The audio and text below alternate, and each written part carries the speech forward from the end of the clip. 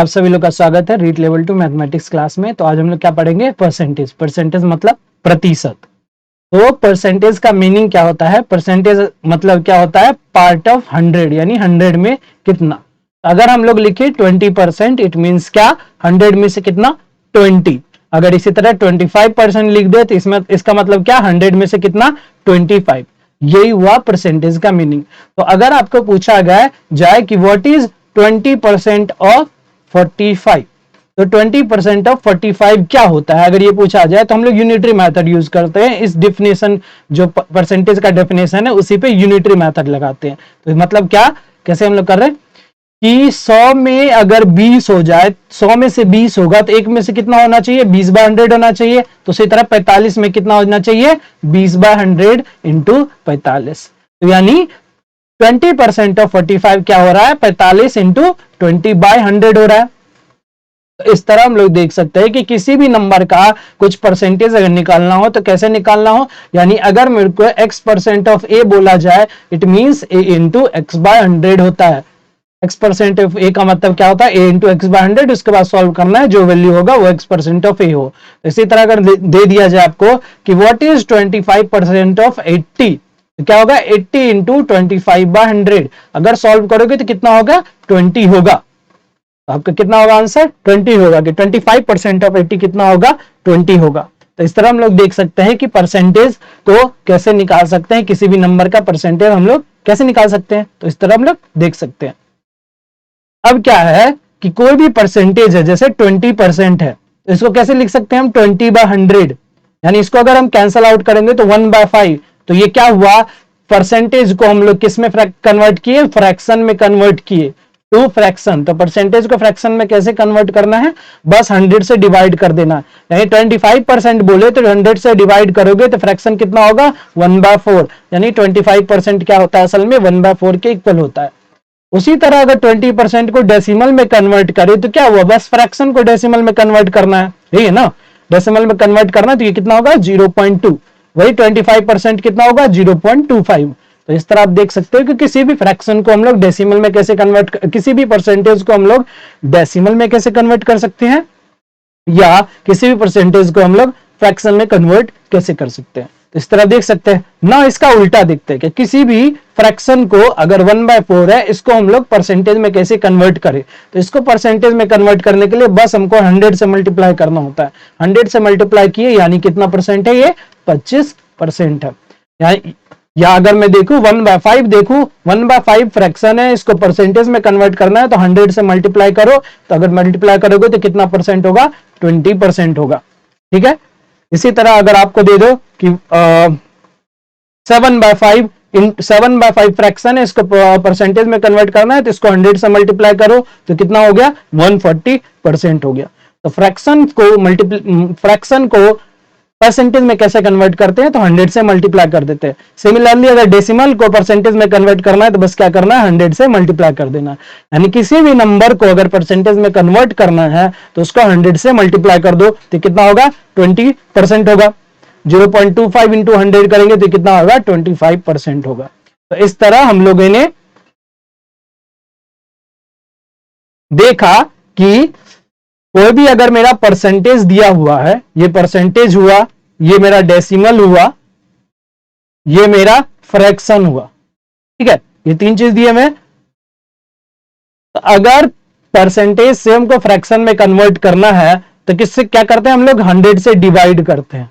अगर फ्रैक्शन को परसेंटेज में कन्वर्ट करना है तो 100 से मल्टीप्लाई करते हैं। सिमिलरली अगर डेसिमल में कन्वर्ट करना है तो 100 से डिवाइड करते हैं, डेसिमल में लिखते हैं। और बट अगर इसको परसेंटेज में कन्वर्ट करना है तो इंटू 100 कर देते हैं, उसके बाद उसके आगे परसेंटेज लगा देते हैं। तो ये कन्वर्सन आपको आने चाहिए क्योंकि ये बहुत जगह हमें यूज होंगे। तो अगर आपको दिया जाए 1.02, एक डेसिमल है, इसको परसेंटेज में कन्वर्ट करना है तो 100 से मल्टीप्लाई करोगे तो ये कितना होगा? 102%, ठीक है। तो इस तरह हम लोग देख सकते हैं कन्वर्सन, परसेंटेज को डेसिमल में कन्वर्ट करना या डेसिमल को परसेंटेज में कन्वर्ट करना, परसेंटेज को फ्रैक्शन में कन्वर्ट करना या फ्रैक्शन को परसेंटेज में कन्वर्ट करना।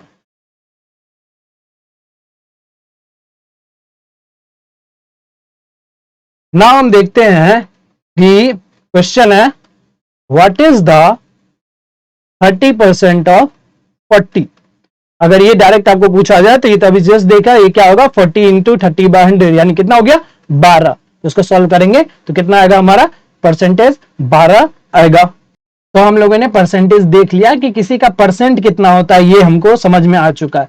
यानी अगर मैं 20% ऑफ 20 निकालू तो इसका मतलब क्या हुआ 20 इंटू 20 नहीं 25 निकालू तो कितना हुआ 25 इंटू 20/100 सीधा करूंगा तो कितना होगा, ये 5 होगा, यानी 5 होगा। बट अब मुझको एक और टर्म समझना है कि 25% ग्रेटर देन 20% ग्रेटर देन 25, ये मतलब 25 से 20% ज्यादा या 20% लेसर देन 25, यानी 25 से 20% कम। तो इसका मतलब क्या, 25 का पहले 20% हम लोग इसमें निकालेंगे। 25 का 20% कितना है 5 है, 5 है ना।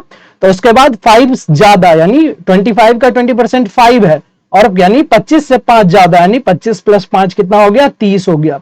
और इसमें क्या बोल रहा है 20% लेसर देन 25, तो 25 का 20% कितना है 5 है, और 5 लेसर देन 25 कितना होता है 25 माइनस 5 दैट इज 20। तो 20% ग्रेटर देन 25 या 20% ऑफ 25, 20% ग्रेटर देन 25 और 20% लेसर देन 25 में क्या क्या डिफरेंस है, इन तीनों टर्म में आप लोग समझ सकते हैं, क्योंकि क्वेश्चन में यही तीनों टर्म ही यूज किए जाते हैं। क्वेश्चन इसी के अराउंड चलते रहता है, तो आपको ये तीनों टर्म समझ में आना चाहिए। तो हम देख सकते हैं कि 20% देखो 25 है ना, तो 25 में 25 को 20% ग्रेटर देन 25 मतलब क्या 25 प्लस 25 इंटू 20/100, यही हुआ ना। अगर इसको मैं सॉल्व करूं 25 कॉमन ले लो तो कितना होता है 1 प्लस 20/100, तो ये क्या हुआ 25 इंटू 120/100 हुआ 120/100। और इसमें अगर मैं देखूं तो ये क्या होता है, अगर इसको देखोगे तो 25 इंटू 80/100 आता है। तो आप अगर देखोगे कि जब आपको बस 20% ऑफ 25 करना है ना, तो उसको बस 25 इंटू 20/100 करना। 20% ग्रेटर देन 25 करना है ना, तो 25 इंटू 20% ग्रेटर बोल रहा है ना, तो 100 में 20 ऐड कर देना, तो कितना होगा 120/100, जो कि ये हुआ। अगर 25% लेस देन 25 कर रहा है ना, तो 25 में क्या करना है 20% लेस कर रहा है, तो 100 में से 20 घटा दो, कितना हुआ 80, तो 80/100, तो यही आपका वैल्यू होगा। तो आपको सॉल्व करोगे तो कितना होगा 25 चौके 100, 4 यानी 20 आया। ये अगर सॉल्व करोगे 120 है तो 4 ये कितना 30 आया डायरेक्ट, ये कितना है 5 है डायरेक्ट। तो यानी आपको अलग से इसका परसेंटेज निकाल के देन फिर 25 में ऐड नहीं करना, आप डायरेक्ट करोगे। क्या परसेंटेज जो है परसेंटेज 20/100 होता है, तो अगर ग्रेटर बोल रहा है तो 120/100 से मल्टीप्लाई कर देना, 20/100 के जगह 120/100 से मल्टीप्लाई करना है। अगर लेसर देन हो रहा है तो 20/100 से सब्ट्रैक्ट नहीं करना है, सीधा क्या करना है आपको 100 में से 20 घटा दो, 80/100 से मल्टीप्लाई करना है। तो इस तरह हम लोग इस तीनों चीज का हम लोग आगे क्वेश्चन में यूज करेंगे, तो इन तीनों चीज को आप लोग समझ गए होंगे। अब हम क्या करते हैं इसके कुछ क्वेश्चंस देखते हैं। तो पहला क्वेश्चन क्या है आपका, if the price of rice packet is 10% of the price of क्या wheat packet and sum of the price of both packet is ₹110, तो what is the price of rice packet. एक बार अगर आप देखिएगा तो क्या बोल रहा है कि व्हीट पैकेट का जो प्राइस है राइस पैकेट का जो प्राइस है व्हीट पैकेट का कितना है 10%। तो हम सीधा क्या करेंगे, व्हीट पैकेट का प्राइस x है तो ये कितना होगा 10x/100, यानी कितना होगा x/10 होगा कि नहीं।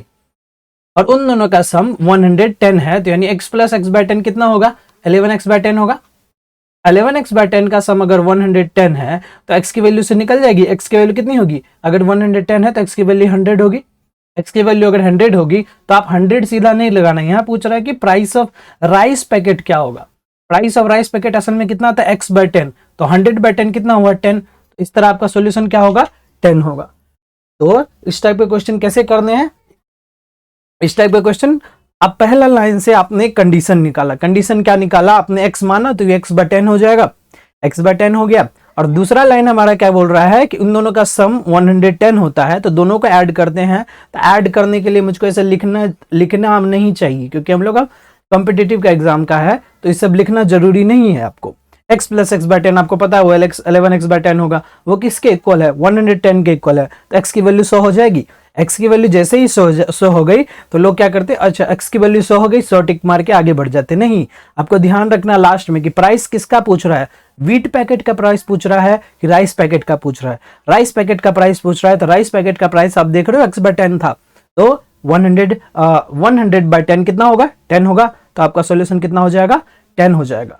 तो आपको ध्यान रखना है कि ये सारे क्वेश्चन दिखते सिंपल है, बट थोड़ा लास्ट में सॉल्यूशन जो मांग रहा है आपको वो सॉल्यूशन लिखना है, ठीक है। अब आपका क्वेश्चन क्या हुआ, if the price of rice packet is 10% more than the price of wheat packet। उस टाइम क्या था, 10% था, बट इस टाइम क्या है 10% मोर देन, और सम क्या है, इस टाइम सम है आपका 105, देन और सम क्या है 105, then what is the price of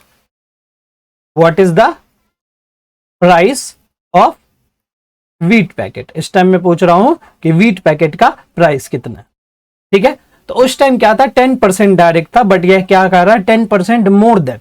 इसको कैसे सॉल्व करेंगे, तो इसको सॉल्व करने का सिंपल वही मेथड, अगर ये x है तो 10% मोर देन यानी कितना, 110 से मल्टीप्लाई करना होगा, पहले भी बता चुका हूं।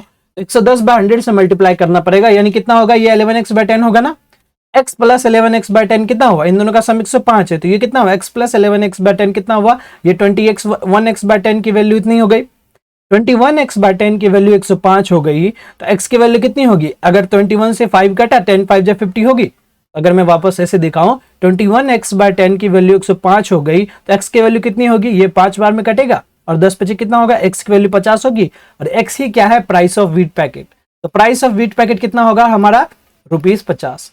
बट अगर प्राइस ऑफ हमको कहा जाता कि प्राइस ऑफ राइस पैकेट का अगर हमसे प्राइस पूछा जाता तो तब वो क्या होता कि वो 11x/10 होता, यानी कितना 11/10 इंटू 50, जो कि होता है क्या, 55।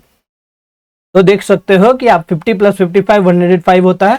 तो अगर आपका क्वेश्चन इस बेसिस पे हो कि एक मटेरियल, एक जो वैल्यू होता है वो जो दूसरे वैल्यू पे डिपेंड है, या डिपेंडेंसी क्या है, या तो वो कुछ 10% होगा, या उसका कुछ परसेंट मोर देन होगा, या कुछ परसेंट लेस देन होगा। अगर ये 10% लेस देन होता तो ये क्या हो जाता, 9x/10 होता कि नहीं, क्योंकि 90/100 से मल्टीप्लाई करना होता।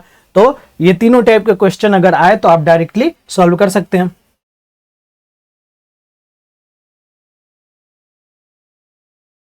अब अगला क्वेश्चन देखते हैं। अब अगला क्वेश्चन क्या है, if marks of Ankit is 40% more than marks of Ram,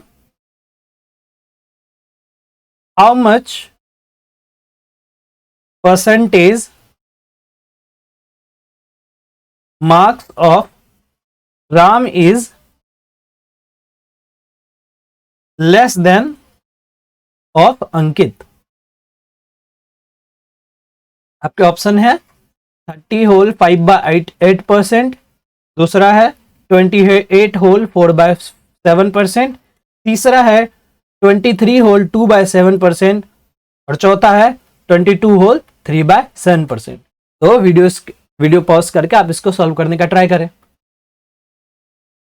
तो ये क्वेश्चन क्या कर रहा है कि अंकित का मार्क्स क्या है, राम के मार्क्स से 40% कम है, यानी राम का 40% निकालना है, फिर अंकित के मार्क्स में घटाना। फिर पूछ रहा है कि राम का मार्क्स अंकित के मार्क्स 40% ज्यादा है अंकित का मार्क। अब पूछ रहा है कि राम का मार्क अंकित के मार्क्स से कितना परसेंट कम होगा। तो सिंपल है, पहले इसको क्या मानेंगे, जब परसेंटेज हम लोग देखते हैं तो बेसिक क्या पढ़ा था हम लोगों ने, 100 से परसेंट निकालने का सोचा था।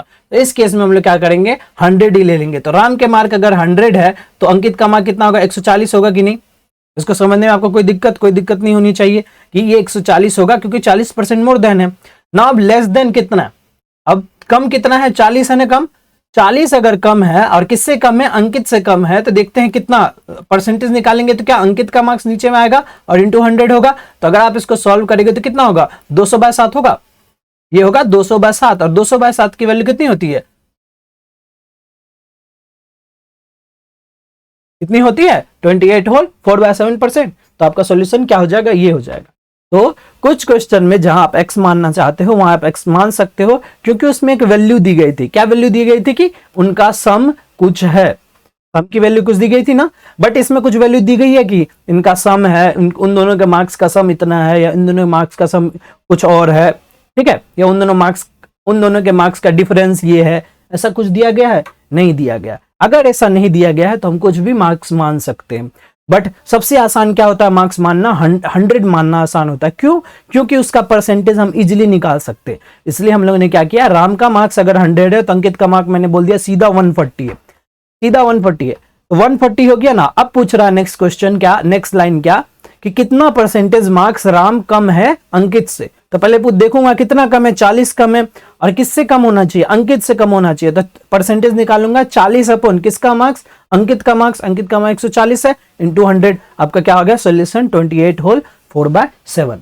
तो इस तरह कौन सा नीचे डिनोमिनेटर में आएगा ये आपको समझ में आ गया।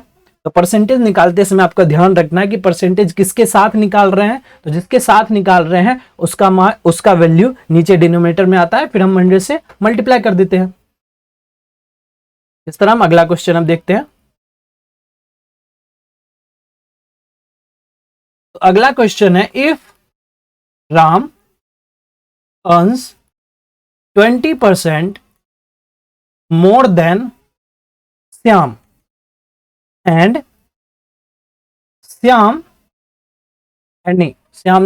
Suresh earns 60% more than Shyam,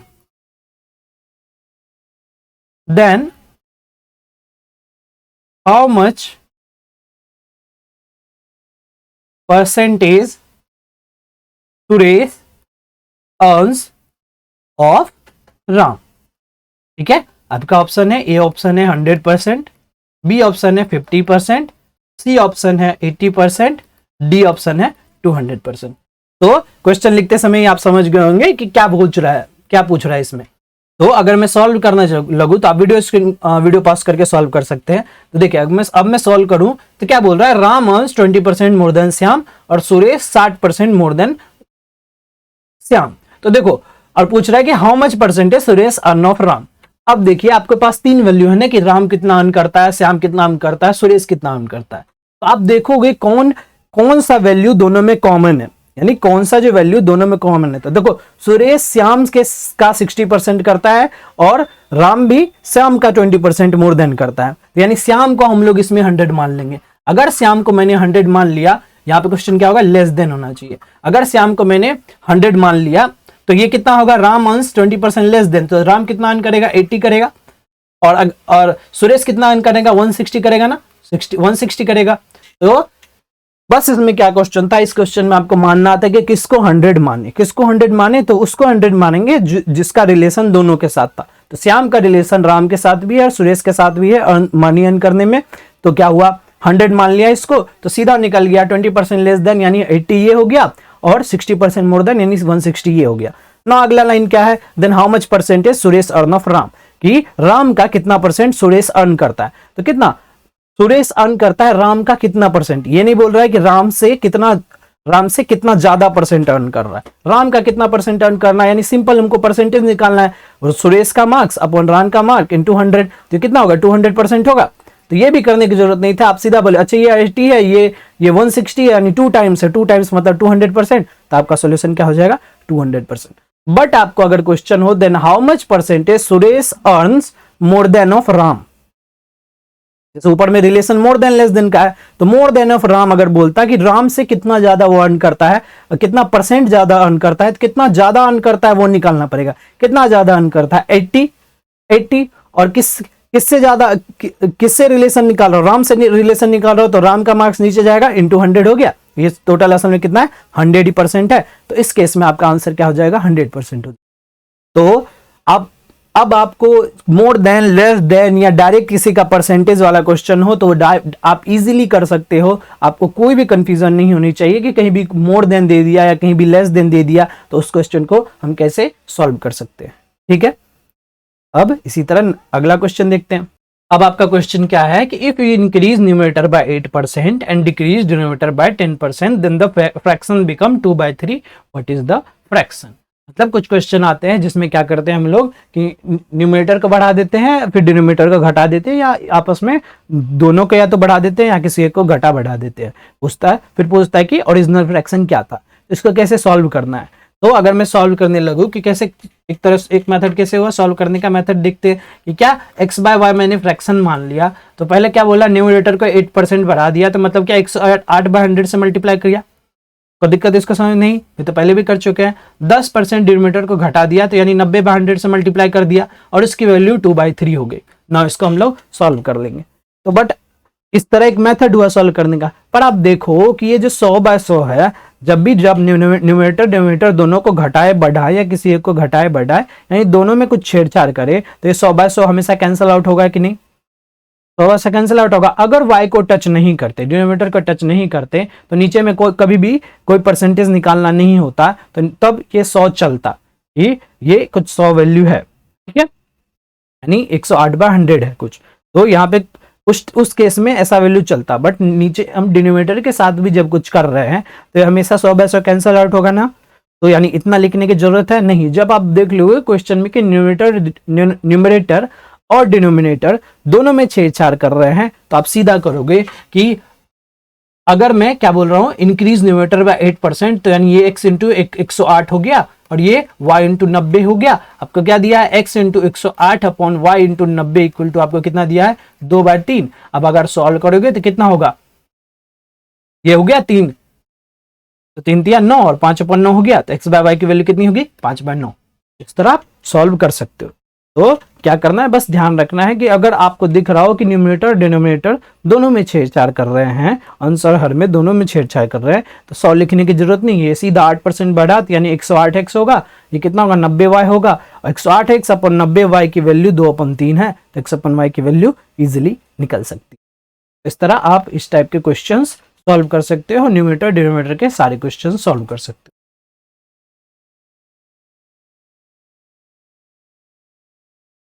अब आपका एक क्वेश्चन आता है, what will be 80% of a number whose 200% is 90। आपका ऑप्शन है ए 144, बी है 32, सी है 76 और डी है 36। ये आपके चार ऑप्शन है। तो इसको कैसे सॉल्व करोगे, पूछ रहा है कि what will be 80% of a number whose 200% is 90। तो कैसे सॉल्व करते होगे पहले, या कोई भी स्टूडेंट नॉर्मली कैसे सॉल्व करता है, वो नंबर मान लेता है, x ये नंबर है, उसका अगर 200% कितना है, 200/100 90 है, तो x निकालेगा, फिर उसके बाद उसका 80% निकालेगा, इस तरह वो करेगा। बट आप देखो कि क्वेश्चन कुछ इजी है। क्वेश्चन इजी कैसे है कि ये 200% 90 है, 200 मतलब 2 टाइम्स 1 है, तो नंबर आपका 45 हो गया। नंबर आपका 45 हो गया, तो 45 का बस 80% मांग रहा है, तो कितना हो गया, 36 हो गया, तो आपका सॉल्यूशन 36 हो जाएगा। ठीक है, तो इस तरह आप इजीली सॉल्व कर सकते हो, यानी आपको x वगैरह मानने की जरूरत नहीं है, आप सीधा बोल सकते हो 200% अगर है यानी 2 टाइम्स है, तो 90 किसका 2 टाइम्स है, 45 का है, 45 का है, तो 45 का 80% निकाल देंगे। अब अगर आपका यहां हो जाए कि 160%, तो अगर मैं नेक्स्ट क्वेश्चन दे दूं कि थोड़ा सा बोलता हूं कि जो दिख ना रहा हो कि नंबर कौन सा है, 160% अगर 90 है, तो आपसे पूछ रहा है 80% कैसे होगा। तो इसमें भी आपको x मानना नहीं है, आपको सीधा लिखना है, क्या है, 160% अगर 90 है तो 80 होगा, 80% कितना होगा आपका 90/160 इंटू 80। 160% अगर 90 है तो 80% कितना होगा 90/160 इंटू 80। या अगर मैं इसी को कर लूँ सॉल्व, क्योंकि इसका ऑप्शन दिया हुआ है कि उनको पता है इसका आंसर 36 होगा, तो देख तो 200% आपका 90 है, तो मैं पूछ रहा हूँ 80% कितना होगा, तो 90 इंटू 80/200। तो अगर सॉल्व करोगे तो कितना होगा, ये 36 हुआ। अब ये ऐसा क्यों आया हम देख लेते हैं। तो ये इसी तरह देखते, बेसिक में ही चेक करते हैं। ये देखो x इंटू 200/100 पहला था ना 90, x अगर नंबर मानेंगे तो क्या होगा वैल्यू, x इंटू 200/100 90 है। अब मुझको पूछ रहा है कि 80% ऑफ दैट नंबर, अगर वो नंबर x है तो 80% क्या होगा 80x/100, यानी इसकी वैल्यू मुझको निकालनी है। तो इससे उसकी वैल्यू कैसे निकालेंगे, तो थोड़ा दिमाग लगाएंगे, कैसे करेंगे, देखो उसको मैं 80x/100 में कन्वर्ट करता हूं, तो क्या इधर 80 से मल्टीप्लाई करूं, इधर भी 80 से मल्टीप्लाई करूं, कोई दिक्कत नहीं। LHS RHS दोनों में 80 से मल्टीप्लाई कर दिया, कोई दिक्कत नहीं। मुझको इस साइड क्या रखना है, 80x/100 रखना है, तो 200 को इस साइड ट्रांसफर कर दो, 200 इस साइड ट्रांसफर होगा तो क्या बनेगा, 200 बनेगा। और यही हम लोग कर रहे हैं यहाँ पे 90/80 इंटू 200 कर रहे हैं, तो 80x/100 की वैल्यू दिख रहा है आपको, 90 इंटू 80/200 होगा। तो यानी अगर कोई भी परसेंट दिया हो, यानी अगर आपको दिया हो कि 25% की वैल्यू 120 है, तो अगर पूछ रहा हो कि 45% की वैल्यू क्या होगी, तो सीधा आप लिखोगे 120/25 इंटू 45। ज्यादा सोचने की जरूरत नहीं, यही आपका आंसर होगा। और ये हम आगे भी यूज करते चलेंगे कि हम इस टाइप के क्वेश्चन में अब वो एक्स वगैरह मानने की जरूरत नहीं है, आप सीधा करोगे 25% की वैल्यू 120 है, 45% की वैल्यू कितनी होगी, जो वैल्यू पहले थी उससे डिवाइड करो, जो वैल्यू मांग रहा है उससे मल्टीप्लाई कर दो। तो इस तरह आप डायरेक्ट क्वेश्चन सॉल्व कर सकते हो। अब इस क्वेश्चन को देखते हैं। क्वेश्चन क्या है कि the price on a particle is reduce by 25%, यानी एक आर्टिकल है उसका प्राइस मैंने कितना कम कर दिया, 25% कम कर दिया। सेकेंड लाइन में क्या बोल रहा है कि in order to restore the original price, यानी उस जो प्राइस था वापस उसी प्राइस पे मुझको लाना है, उसी दाम पे लाना है, तो नए प्राइस में कितना परसेंट इंक्रीज करना होगा। समझ में आया? तो ऐसा नहीं कि आप अब देखोगे कि अच्छा 25% मैंने कम किया, वापस वही दाम लाना है तो 25% बढ़ा दिया, नहीं, आप ये देखोगे कि दाम किस में कम हो रहा है और नेक्स्ट टाइम दाम किस में बढ़ाया जा रहा है। तो अगर मैं एग्जांपल ले लूं कि इस टाइप का क्वेश्चन वैसे सॉल्व कैसे करते हैं कि क्यों कोई वैल्यू नहीं दी उन्हें, तो 100 मान लो, कोई दिक्कत, 100 मान लो, नया दाम कितना हो जाएगा, 25% कम कर दिए तो नया दाम कितना होगा, 75 हो गया ना, 75 हो गया। अब नया दाम 75 हो गया, अब बोल रहा है 75 में कितना बढ़ाऊं कि वे 100 हो जाए, यानी 25 बढ़ाना पड़ेगा 75 में, और वो कितना परसेंट होगा, कितना परसेंट होगा, 25/75 इंटू 100, जो कि 33 होल 1/3% है, 33 होल 1/3% है। देखो आप ये 33 होल 1/3% है। तो इस तरह हम लोग इसको इजीली सॉल्व कर सकते हैं, बट लोग कंफ्यूज हो जाते हैं। लोग गलती कहां करते हैं कि देखेंगे कि ये 25% घटा, फिर बढ़ेगा कितना, 25% ही बढ़ेगा। तो आपको स्टेप पे ध्यान रखना है कि हम परसेंटेज किसके रिलेट में निकालते हैं, किसका परसेंटेज निकालते हैं। तो पहला बार क्या हुआ था, 100 से 100 का 25% मैंने घटाया था, तो 100 में से कितना घटाया था, 25 रुपए घटाया था, तो वो बना कितना था, 75। मैंने घटाया परसेंटेज किसका निकाला, 100 का निकाला, ठीक है। अब मुझको दाम वापस 100 पे ले जाना है, तो मैं किस में ऐड कर रहा हूं, 75 में कितना ऐड करना है, 25 ऐड करना पड़ेगा ना। तो 25 किसका पार्ट हो रहा है, 75 का पार्ट हो रहा है, तो परसेंटेज में किसका निकालूंगा, 75 के साथ निकालूंगा। 75 के साथ निकालूंगा तो वो इस तरह होगा, ना कि 25 का 100 के साथ निकालूंगा। समझ में आ रहा है? तो जिसमें ऐड या घट रहा है वो उसका पार्ट हुआ ना, तो 25 किसका पार्ट हुआ, 75 का पार्ट हुआ। इस टाइम 25 किसका पार्ट था, 100 का पार्ट था, तो इसलिए इसका परसेंटेज कितना होता है, 25%। बट इस टाइम 25 किसका पार्ट है, 75 का पार्ट है, तो उस टाइम परसेंटेज कितना होगा, 33 होल 1/3%। तो अगर कोई भी क्वेश्चन आ जाए तो आपको दो चीज ध्यान रखनी है। क्या होता है, परसेंटेज के तो दो ही फॉर्मूला है, परसेंटेज निकालना है, 25% अगर निकालना है तो उसको इंटू 25/100 कर देते हैं ना, उस नंबर को 25 से मल्टीप्लाई कर देते हैं। और अगर पूछा जाए कि वो नंबर क्या है जिसका 25% ये है, राइट, वो नंबर क्या है जिसका 25% ये है, तो क्या करेंगे हम, बोलेगा कि जैसे वो नंबर क्या है जिसका 25% 20 है, 25% अगर 20 है तो कैसे करेंगे, 25% अगर 20 है तो 100% हम निकाल देते हैं इजीली, 100% इक्वल टू वो नंबर हो जाता है। तो यही दो चीज है। बट आपको ध्यान रखना है कि मेन चीज कहां होता है कि हम लोग परसेंटेज किसके रिलेट में निकालते हैं, वो जो जिसका परसेंटेज निकाल रहे हैं वो असल में किसका पार्ट है, जिसका पार्ट है उसी से डिवाइड करेंगे ना। तो अगर मुझको पूछा जाए कि 25 75 का कितना परसेंट है, तो यानी 75 से डिवाइड करेंगे। यानी आपको देखना है कि वो किसका पार्ट है, जिसका पार्ट है उसी को डिवाइड करना है और इंटू 100 कर देना है, तो परसेंटेज निकल जाएंगे। तो परसेंटेज में बस दो ही फॉर्मूले होते हैं। मेन आपको क्या करना है, आपको पता लगाना है कि किसके रिलेशन में बात हो रही है, यानी किसके पार्ट में बात हो रही है। जिसके पार्ट में बात हो रही है वो नीचे आ जाएगा, या अगर परसेंटेज निकालना है तो उसमें उतना परसेंट का मल्टीप्लाई हो जाएगा। ठीक है, इस तरह आप सारे क्वेश्चंस सॉल्व कर सकते हो। अब एक क्वेश्चन देखते हैं। क्वेश्चन क्या है, in an organization 40% of the employ are matriculate. 40% क्या है, मैट्रिकुलेट है। 50% ऑफ रिमेनिंग आर ग्रेजुएट, यानी जो बचा हुआ है उसका 50% ग्रेजुएट है, और उसके बाद जो बचा हुआ वो क्या है, पोस्ट ग्रेजुएट है। तो पूछ रहा है आपको ग्रेजुएट्स कितने होंगे। नॉर्मली बच्चे इसको किस तरह सॉल्व करते हैं कि x मान लिया, x का 40% बोला मैट्रिकुलेट है, तो बचा कितना 60x/100, उसका फिर 50% निकाल लेंगे ग्रेजुएट है, फिर जो बचा उसको 60x/100 से माइनस करेंगे, फिर उसको इक्वल टू कराएंगे 180 का, यानी 30x/100 इक्वल टू 180 कराएंगे, उसके बाद x का वैल्यू निकालेंगे, फिर उसको उसी प्रोसेस के थ्रू आपको नंबर ऑफ ग्रेजुएट्स निकालेंगे। ये एक लंबा मेथड है, हमको इस मेथड का यूज नहीं करना है। हमको पता है ना कि टोटल नंबर ऑफ स्टूडेंट कितना होगा, यानी 100% का होगा, तो हम परसेंटेज से ही खेलने का ट्राई करेंगे।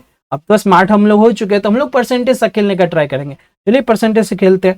तो 100% का 40% अगर एम्प्लॉयज मैट्रिकुलेट है तो बचा कितना, 60% बचा ना, 60% बचा कि नहीं, 60% बचा, उसका 50% ग्रेजुएट है। अब मैं क्या कर रहा हूँ, परसेंटेज का परसेंटेज निकालना हो, तो अगर आप नॉर्मली चलोगे तो 60 का 50 कितना होता है, 30 होता है ना, यानी 30% आप सीधा बोल दोगे ये 50% यानी आधा कर सकते हो, तो इसको मल्टीप्लाई करो, 35 हुआ, तो यानी 30% ग्रेजुएट है, और बचा कितना है, पोस्ट ग्रेजुएट है। तो 60 में से 30 चला गया तो बचा कितना, ये भी 30% कितना है, पोस्ट ग्रेजुएट है। तो how many of them are graduate. अब देखो 30% की वैल्यू 180 है जो कि पोस्ट ग्रेजुएट है, और ग्रेजुएट का वैल्यू कितना है, ग्रेजुएट कितना परसेंटेज है, 30% है ना, तो 30% का वैल्यू कितना होगा, 180 होगा। तो आपका आंसर कितना हो जाएगा, 180 हो गया। मैंने कहीं भी x वगैरह कुछ माना, आपका आंसर डायरेक्ट निकल गया 180। एक बार और बताता हूँ कैसे मैंने किया, क्या किया मैंने, परसेंटेज से ही खेलने का ट्राई किया। 100% था टोटल, 40% मैट्रिकुलेट है, तो बचा कितना 60%, 60% का 50% ग्रेजुएट है, यानी 60 का 50% कितना होता है, 30% होता है, 35 कर सकते हो इजिली। 30% ग्रेजुएट है, तो बचा कितना, 60 में से 30 घटा दो, यानी 30% पोस्ट ग्रेजुएट है। 30% की वैल्यू 180 है, आपको पता लगाना है कि ग्रेजुएट कितना है, वो भी 30% है, तो वो भी 180 हो गया। इस तरह आप इस टाइप के क्वेश्चन सॉल्व कर सकते हो ना। अगर क्या होगा कि इस क्वेश्चन में और थोड़ा घुमा दूं, लाइक और भी कुछ वैल्यू डाल दूं, तो जैसे 50% की जगह यहां बोल दे 40% अगर दिया था क्वेश्चन, तो यानी आपको सीधा नहीं निकालना होगा, थोड़ा तो टाइम लगेगा। तो 60% की जगह 40% अगर दिया होगा तब कैसे करेंगे, तो सेम वही मेथड यूज करेंगे। 100% है तो 60% बचा, यहाँ 40% उधर गया, 60% बचा, 60 का 40 कितना होता है, 24%, यानी 24% ग्रेजुएट है। तो पोस्ट ग्रेजुएट कितना बचा, पोस्ट ग्रेजुएट 60 में से 24 घटा दो, यानी 36%, 36% पोस्ट ग्रेजुएट हुआ। तो आपको क्या करना है, आपका बस सिंपल क्वेश्चन बन गया कि 36% का वैल्यू 180 है, तो ग्रेजुएट कितना है 24%, तो 24% की वैल्यू कितनी होगी, 180/36 × 24। इस तरह आप सोल्व कर सकते हो। ये वाला तो मेथड मैंने बता दिया, तो कितना 12×24 ये 60 हुआ, 60 दूनी 120 हुआ, 120 इस केस में आंसर आ जाएगा। तो चाहे परसेंटेज कुछ भी हो जाए, यानी आपका क्वेश्चन अगर हो जाए कि पहले कुछ परसेंटेज था, फिर रिमेनिंग का भी मैं कुछ परसेंटेज निकाल रहा हूं, फिर रिमेनिंग का भी कुछ परसेंटेज निकाल रहा हूं, तो आपको एक्स वगैरह मानना नहीं है, परसेंटेज का परसेंटेज निकालो, इजीली आपका क्वेश्चन सॉल्व हो जाए ना। अगर पूछे इसी केस में, फर्स्ट वाले क्वेश्चन में केस में, कि total number of graduates, total number of students कितने थे, तो मुझको पता है ना 30% मैंने देख लिया कि 180 है, 180 है, तो यानी टोटल नंबर ऑफ स्टूडेंट कितना, यानी 100% ना, तो 100% की वैल्यू कितनी होगी, 180/30 × 100, यानी 600 हुई। तो 600 हम लोग सॉल्व कर सकते हैं। इस तरह आप कोई भी क्वेश्चन सॉल्व कर सकते हो इस टाइप के। अब आपका क्वेश्चन क्या है, in an election one of two candidates get 40% vote and losses by 100 vote, यानी 40% वोट मिलता है और 100 वोट से हार जाता है, तो टोटल नंबर ऑफ वोट्स है। तो आपको वीडियो पॉज करें और परसेंटेज के साथ ही खेल के इसको सॉल्व करें, आपको एक्स वगैरह मानना नहीं। तो इसको सॉल्व कैसे करेंगे, लॉजिकली सोचते हैं 40% एक को मिला तो दूसरे कितना मिलेगा, 60% मिलेगा कि नहीं, क्योंकि दो ही कैंडिडेट है, टोटल 100% है, एक को 40 मिला, दूसरे को 60 मिला। और देखोगे कि अगर दूसरे को 60 मिला तो कितना परसेंट ज्यादा मिला, 20% ज्यादा मिला ना, 20% ज्यादा मिला। और देखोगे उन दोनों के वोट का डिफरेंस कितना 100 है, यानी 20% की वैल्यू 100 दी हुई है, 20% की वैल्यू 100 दी हुई है, टोटल नंबर वोट्स पूछ रहा है, यानी 100% पूछ रहा है, तो कितना होगा 500 होगा कि नहीं, कि 20 में 5 से मल्टीप्लाई किए तो 100 में भी 5 से मल्टीप्लाई किए, तो आपका आंसर कितना होगा 500 होगा। तो इस तरह आप इजीली सॉल्व कर सकते हो। क्या किया मैंने, 40% पहले कैंडिडेट को था तो दूसरे कैंडिडेट को 60% होगा, और 60% है और पहले कैंडिडेट को 40% है, तो देख रहे हैं कि दोनों के बीच का डिफरेंस कितना है 20%, और वोट भी कितने हार रहा है, 100 वोट से हार रहा है, यानी 20% की वैल्यू ही 100 वोट है, 100 वोट है तो 20% की वैल्यू अगर दे दी है तो 100% की वैल्यू 500 होगी। इस तरह आप इजिली क्वेश्चन सॉल्व कर सकते हो। अब एक क्वेश्चन देखते हैं जो कि नॉर्मली आता है। तो क्वेश्चन क्या है, एक मिक्सचर है जो कि सीमेंट और सैंड का है, जो कि टोटल कितना है 70 kg है। उसमें 20% सैंड है, तो बोला जा रहा है कि कितना सैंड और ऐड करूं कि उसका परसेंटेज 30 पे हो जाए। तो पहले नॉर्मल मेथड से सॉल्व करते हैं, ताकि नॉर्मल मेथड एटलीस्ट आपको पता होनी चाहिए। तो नॉर्मल मेथड से अगर सॉल्व करें तो मान लेते हैं कि x ऐड किया हूं मैंने सैंड, x अगर ऐड किया है तो पहले सैंड की वैल्यू कितनी है 70 kg थी, उसमें 20% सैंड था, तो यानी 14 kg सैंड था। अब सैंड कितना हो गया 14 + x हो गया ना, 14 + x हो गया। और अब टोटल मिक्सचर कितना हुआ 70 + x हो गया, क्योंकि x मैंने सैंड ऐड किया, इंटू 100। इसकी वैल्यू कितनी हो जाएगी, यानी मैं परसेंटेज निकाल रहा हूं, इसकी वैल्यू कितनी हो जाएगी 30 हो जाएगी, क्योंकि अब जो है सैंड का परसेंटेज कितना 30 है। उसके बाद x अगर सॉल्व करोगे तो x सॉल्व करने पे अगर मैं x सॉल्व करने लगूं तो कितना हो जाएगा, ये कट गया, तो यानी 3/10 बचा। तो अब कितना होगा, इसकी वैल्यू 3/10 बची, तो अब क्रॉस मल्टीप्लाई करेंगे तो कितना 140 + 10x = 210 + 3x, यानी 10x में 3x 7x हुआ और ये 70 हुआ, तो x की वैल्यू 10 हो गई, तो 10 आपका सोल्यूशन होगा। इस तरह आप नॉर्मल मेथड से सॉल्व कर सकते हो। बट क्या है, हमको नॉर्मल मेथड नहीं करना है, हमको इतना लंबा तो नहीं करना है, हमको इतना लंबा चीज लिखना नहीं है। उसका ट्रिक क्या होगा, तो आपको जब भी कोई मिक्सचर वाला क्वेश्चन हो तो आप देखोगे कि कौन ऐसा मिक्सचर में कौन ऐसा कंपोनेंट है जो कि फिक्स है, जिसका वैल्यू सेम है हमेशा। मिक्सचर में कुछ मिलाने के बाद भी उसका वैल्यू उतना ही है। तो इसमें सीमेंट देखो कि सीमेंट जितना केजी पहले था बाद में भी सीमेंट उतना ही केजी होगा ना, क्योंकि हम लोग सैंड ऐड कर रहे हैं। यानी क्या करेंगे, किसको इक्वल कराएंगे कि पहले वाला सीमेंट का वैल्यू को इक्वल कराएंगे बाद वाले सीमेंट के वैल्यू के, पहले वाले सीमेंट का वैल्यू और बाद वाले सीमेंट का वैल्यू को इक्वल कराएंगे। तो पहले वाला सीमेंट का वैल्यू कितना होगा 70 इंटू कितना 20% सैंड है तो 80/100 हुआ ना, क्योंकि 80% बच गया मेरा सीमेंट। अब बाद की वैल्यू में मुझको मिक्सचर नहीं पता है, उसको x मान लिया मैंने, x इंटू, लेकिन बाद में मुझको पता है ना कि 30% अगर सैंड है तो 70% क्या होगा हमारा सीमेंट होगा। x की वैल्यू निकल जाएगी, x की वैल्यू निकलेगी तो x की वैल्यू कितनी होगी 80, यानी टोटल मिक्सचर 80 हुआ और पहले 70 था, तो 10 मैंने ऐड किया 10 kg सैंड। आपका इस तरह आंसर हुआ, इस तरह आंसर हुआ कि नहीं। अब आप यहां फिर भी देखो कि ये 100/100 लिखने की जरूरत है क्या, नहीं लिखने की जरूरत, आपको पता है 100/100 कैंसिल आउट होगा। तो आप क्वेश्चन में डायरेक्ट सॉल्व करने का ट्राई करो। क्वेश्चन में कैसे सॉल्व करोगे, आप सीधा देखोगे, अच्छा सीमेंट फिक्स है, मुझको पता चल गया ये इसी टाइप का क्वेश्चन है, और सीमेंट फिक्स है तो सीमेंट फिक्स है तो यानी पहले 70 इंटू सीमेंट का परसेंटेज। अब नया मेरे को पता नहीं है और पुराना नया मुझको मिक्सर का वैल्यू पता नहीं है, उसको x मान लिया, और कितना परसेंट है उसमें 70% है, ठीक है। तो 70 कैट किया, x अगर 80 हो गया, x की वैल्यू अगर 80 आ गई तो कितना ऐड किया मैंने 10 ऐड किया। तो अपन 100 वगैरह सब लिखने की जरूरत नहीं है, इस तरह आप डायरेक्ट इस टाइप के क्वेश्चन इजीली सॉल्व कर सकते हैं। अब एक क्वेश्चन आता है जो कि टाउन के पॉपुलेशन पे डिपेंड करता है, किसी भी जगह पॉपुलेशन पे डिपेंड करता है। तो क्वेश्चन क्या है, एक टाउन है जिसका पॉपुलेशन 10% हर ईयर बढ़ता है। तो बोल रहा है कि अगर 2019 में उसका पॉपुलेशन 1,10,000 होगा तो 2018 और 2020 में क्या था, ठीक है।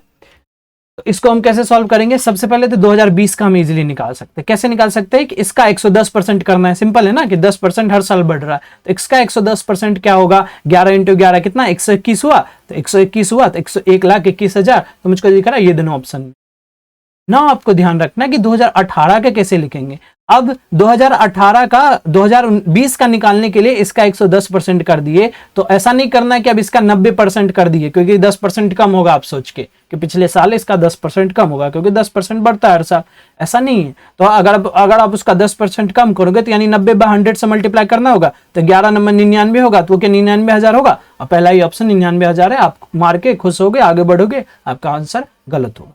क्यों गलत होगा, हर बार मैंने बोला है जब भी आपको परसेंटेज कहीं डिफाइन हो रहा है तो आपको देखना है कि परसेंटेज असल में किसका पार्ट होता है, किसका पार्ट होता है। यानी 2019 से अगर 2020 जा रहा हूं तो परसेंटेज किसका पार्ट हुआ 2019 के पॉपुलेशन का पार्ट हुआ। लेकिन 2018 का अगर मैं पॉपुलेशन निकाल रहा हूं तो 2018 से 19 जाने में जो परसेंटेज हुआ वो किसका पार्ट होगा 2018 का पार्ट होगा, ना कि 2019 का 90/100 कर देंगे, नहीं करना है हमको, 2018 का पार्ट होगा। यानी 2018 का जो पॉपुलेशन होगा जो कि x होगा उसका 110/100 करना है, और उसकी वैल्यू कितनी है 1,11,000। अगर इसको सॉल्व करोगे तो क्या होगा 1 लाख होगा, 1 लाख होगा, तो आपका सॉल्यूशन क्या होगा बी होगा। समझ गए कि इस टाइप के क्वेश्चन में ध्यान रखना है कि आपका पॉपुलेशन का जो भी परसेंटेज है वो किस पे डिपेंड कर रहा है, यानी वो किसके थ्रू निकाला जा रहा है। तो जो पॉपुलेशन कैसे निकाला जा रहा है, पॉपुलेशन बोलता है कि हर साल 10% बढ़ता है, यानी इस साल जो पॉपुलेशन था वो 10% बढ़ गया, अगले साल का पॉपुलेशन हो गया। ठीक है, तो 2019 का जो पॉपुलेशन है वो 2018 का पॉपुलेशन जो 10% बढ़ा होगा वो बना होगा ना कि 2019 का हम 90/100 कर दे, 10% घटा दिए, नहीं, यानी 2018 का अगर x है 10% बढ़ना, यानी 110/100 इक्वल टू 1,10,000, तो x की वैल्यू कितना है 1 लाख, 2018 का 1 लाख। इस तरह हम लोग सारे क्वेश्चन कर सकते हैं। तो पॉपुलेशन के 1-2 और क्वेश्चन है, बट वो कब करेंगे, जब सही टाइम आएगा, ताकि हम लोग ट्रिक भी समझ सकेंगे। परसेंटेज पे नॉर्मल पॉपुलेशन के क्वेश्चन इस तरह कर सकते हैं। इस तरह आपका परसेंटेज चैप्टर समाप्त हुआ।